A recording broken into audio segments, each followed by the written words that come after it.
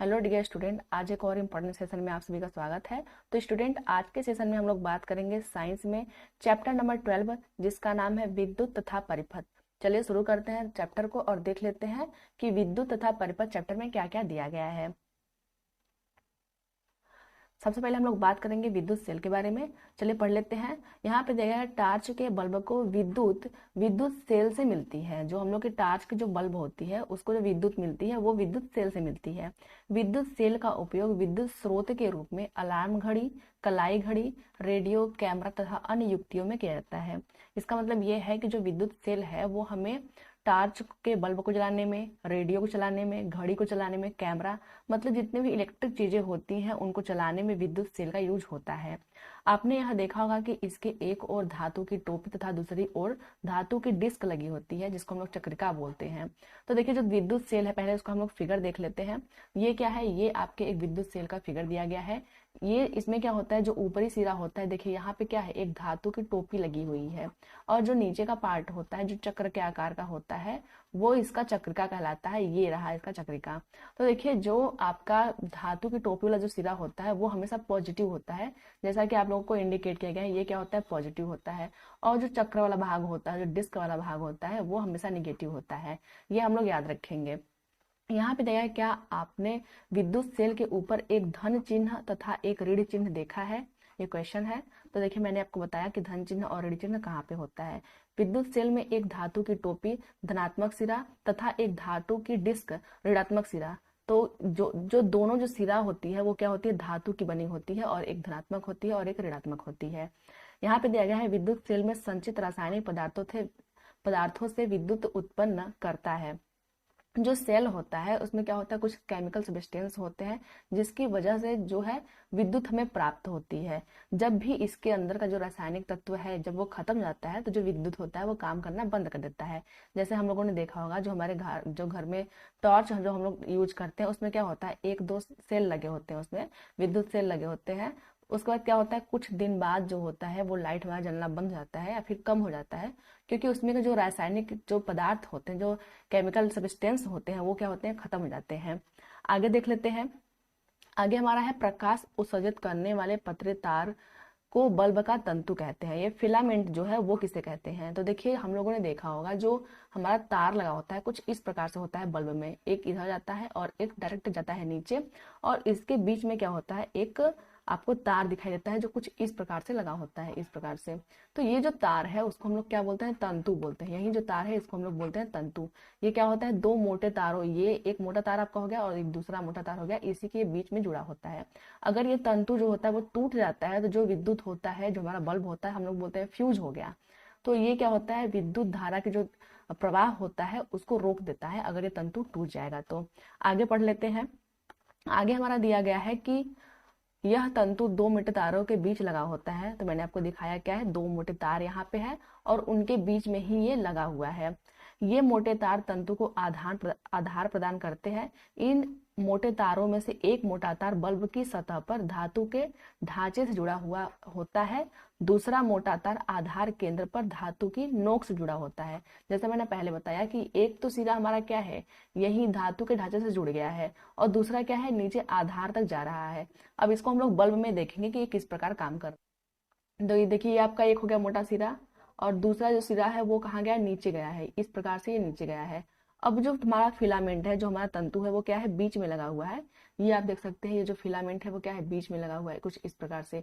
इसमें भी हम लोग देखते हैं हमारा जो फिलामेंट है इसमें यहाँ पे है, और जो हमारी तार है वो कहाँ गई है, नीचे की साइड गई है। एक नीचे ही है और एक आपका ऊपर है। तो ये आपका कहाँ से है, यहाँ से लेके यहाँ तक जाता है, इस प्रकार से। और एक हमारा है जो कि नीचे तक आता है, इस अंदर अंदर क्या होता है, नीचे तक आता है, यहाँ तक आता है, बिल्कुल।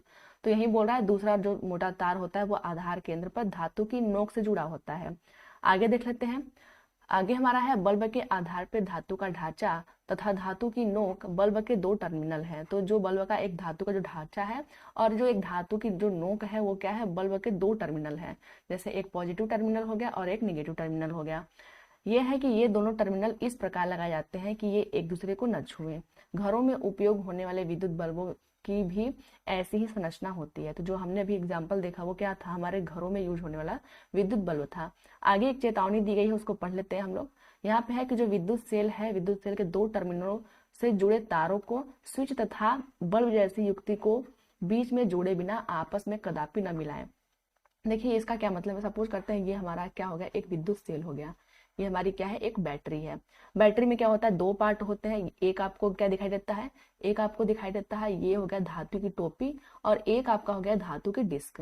तो ये आपका क्या है, पॉजिटिव है, और ये आपका हो गया निगेटिव। अगर सपोज करते हैं इनसे हम लोग 2 तार लेके आते हैं, 2 वायर लेके आते हैं, तो क्या होता है, बिना स्विच और बिना बल्ब को जोड़े हम लोग क्या करते हैं, अधिकतर यहाँ पे एक बल्ब जोड़ देते हैं। इनके बीच में हम क्या करते हैं, एक बल्ब को जोड़ देते हैं, इस प्रकार से बल्ब जोड़ देते हैं, और ये दोनों जुड़ने के बाद ये बल्ब जलने लगता है। तो बोल रहा है कि बिना बल्ब जोड़े अगर यहाँ से बल्ब हम लोग हटाएं, अगर ये बल्ब हम लोग हटा देते हैं, तो बिना बल्ब जोड़े हमें क्या करना है, इन दोनों तारों को आपस में नहीं मिलाना है। इन दोनों तारों को आपस में कभी नहीं मिलाना है, क्योंकि अगर हम ऐसा कर देते हैं तो जो इसमें के जो केमिकल सब्सटेंस है, जो रासायनिक तत्व है, वो क्या होते हैं, नष्ट हो जाते हैं, बहुत ही तेजी से खत्म हो जाते हैं, जिससे जो हमारा सेल होता है, जो हमारा विद्युत सेल होता है, वो किसी काम का नहीं रह जाता है। तो पढ़ लेते हैं आगे।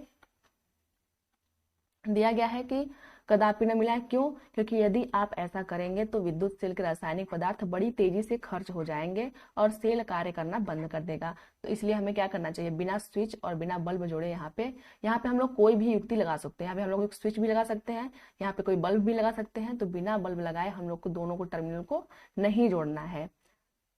आगे देख लेते हैं। आगे हमारा है विद्युत परिपथ। देखिए परिपथ मतलब होता है रास्ता। अब जो विद्युत होता है उसका रास्ता कैसा होना चाहिए, उसी के बारे में हमें पढ़ना है।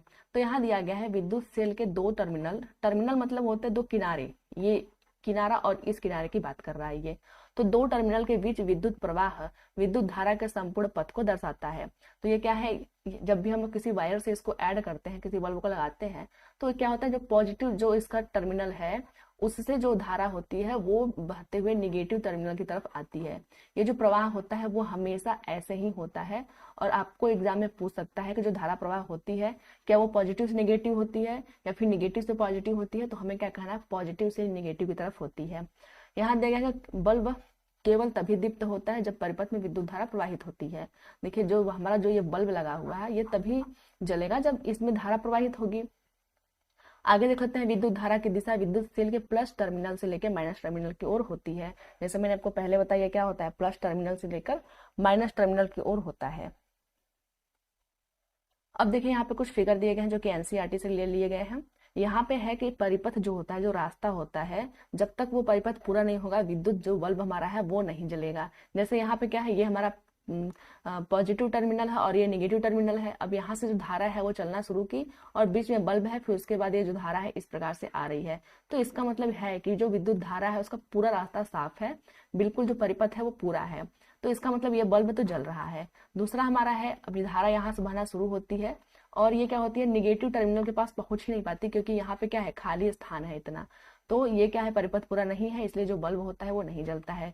जो तीसरा हमारा है वो क्या है कि पॉजिटिव टर्मिनल धारा चलना शुरू हुई और यहीं पे क्या हो गया, इतना खाली स्थान आ गया, ये परिपथ पूरा नहीं है, इसलिए जो ये बल्ब है वो नहीं जलेगा। तो ये भी बल्ब क्या होगा, नहीं जलेगा। चौथा हमारा क्या है कि पॉजिटिव टर्मिनल से तार हम लोग लिए हैं, लेकिन क्या किए, बल्ब को नहीं जोड़े हैं हम लोग, निगेटिव टर्मिनल से ही 2 तार जोड़ के निकाल दिए, जिसकी वजह से क्या होगा, ये बल्ब नहीं जलेगा, क्योंकि यहाँ जो धारा है वो पॉजिटिव से निगेटिव की तरफ जाना जरूरी है।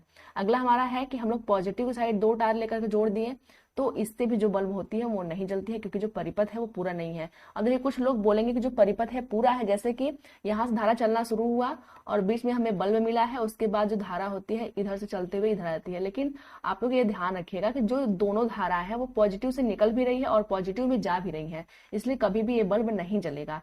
पॉजिटिव से हमेशा निगेटिव आने पे ही बल्ब जलेगा, तो ये भी क्या होगा, नहीं जलेगा।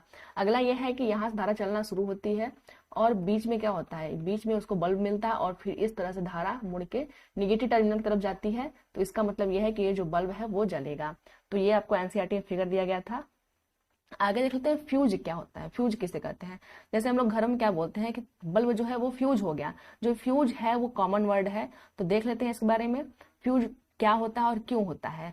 तो यहाँ पे है, कभी कभी विद्युत बल्ब विद्युत सेल से जुड़े होने पर भी दीप्त नहीं होता। मतलब जो हमारा बल्ब है जो बल्ब है वो क्या है, विद्युत सेल से जुड़ा हुआ है। किसी विद्युत सेल से ये क्या हुआ, जुड़ा हुआ है, एक टर्मिनल इधर है, एक टर्मिनल इधर है, जुड़ा हुआ है, फिर भी ये नहीं जलता है, दीप्त नहीं होता है।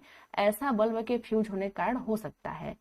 विद्युत बल्ब कई कारणों से फ्यूज हो सकते हैं। इनमें से एक कारण है बल्ब के तंतु का खंडित होना। अब देखिए, जो हमारा बल्ब होता है वो कुछ इस प्रकार से होता है, एक टर्मिनल आपका इधर जाता है और एक आपका आता है नीचे सीधे। तो इसके बीच में जो फिलामेंट लगा होता है, इसके बीच में आपका एक फिलामेंट लगा होता है, इस प्रकार से लगा होता है। तो क्या होता है, अगर ये फिलामेंट बीच में से टूट जाए तो क्या होगा, विद्युत जो धारा प्रवाहित हो रही है वो आपका होना बंद हो जाएगा।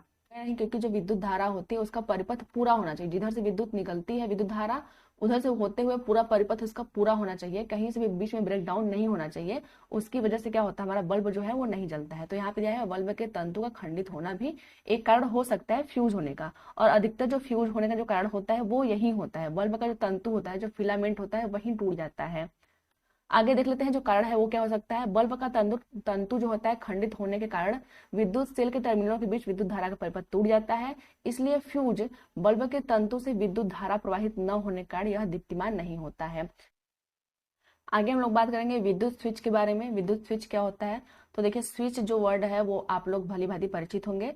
तो यहाँ पे है स्विच एक सरल युक्ति है जो परिपथ को तोड़ या जोड़ सकती है, जोड़ या तोड़ सकती है। घरों में स्विच का उपयोग बल्ब को दीप्तिमान करने तथा अन्य युक्तियों को चलाने के लिए होता है। जो हमारा स्विच होता है कुछ इस प्रकार से वो स्विच हमारा होता है, इस प्रकार से हमारा होता है। तो हम लोग क्या करते हैं कि इसको हम लोग ऑन ऑफ करते हैं। तो क्या करते हैं, जब हम लोग ऑन करते हैं तो जो हमारा परिपथ होता है, सपोज करते हैं ये इस प्रकार से जुड़ा हुआ है, जब हम लोग ऑन करते हैं तो ये क्या होता है, इस लाइन से वो टच होता है, इससे वो क्या होता है, टच होता है, और ये दोनों जो परिपथ होता है वो एक दूसरे के ऊपर जाते हैं, ये कुछ इस प्रकार से इसको टच कर लेता है।